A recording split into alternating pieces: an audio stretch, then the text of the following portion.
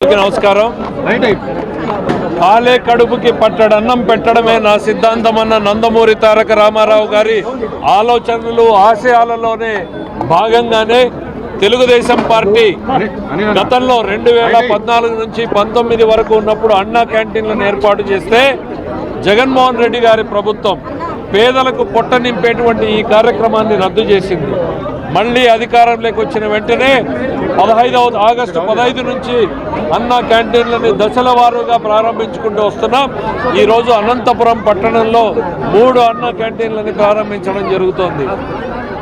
Daily రోజు కూలీలు, బేల్దారు పని చేసుకునే వాళ్ళు, ఒంటరి మహిళలు, బీదలు మీరు చూస్తూ ఉన్నారు ఎంత పెద్ద ఎత్తున ఈ కార్యక్రమానికి ఆదరణ లభిస్తుంది అనేటువంటిది. మరొక్కసారి చెప్తున్నాం, సమాజమే దేవాలయం, పేదవారే దేవుళ్ళు, కాలే కడుపుకి పట్టడన్నం పెట్టడమే సిద్ధాంతం అన్న నందమూరి ఆలోచనలకు రూపాన్ని ఇచ్చినటువంటి వ్యక్తి నారా చంద్రబాబు నాయుడు గారు. ఆ తెలుగుదేశం పార్టీ సిద్ధాంతాల్ని పేదల కడుపు నింపడం కోసం ఈరోజు అన్నా క్యాంటీన్లు పెట్టాం.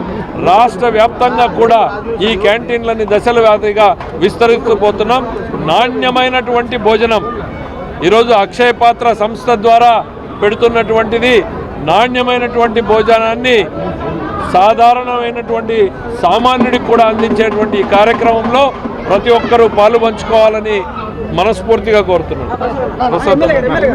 అందరికీ నమస్కారం. ఈరోజు అనంతపురం అర్బన్ నియోజకవర్గంలో అన్నా క్యాంటీన్లని మా ఆర్థిక మంత్రి వర్యులు పైవాల కేశవ్ గారి చేతుల మీదుగా ప్రారంభించడం జరిగింది. మా ముఖ్యమంత్రి వర్యులు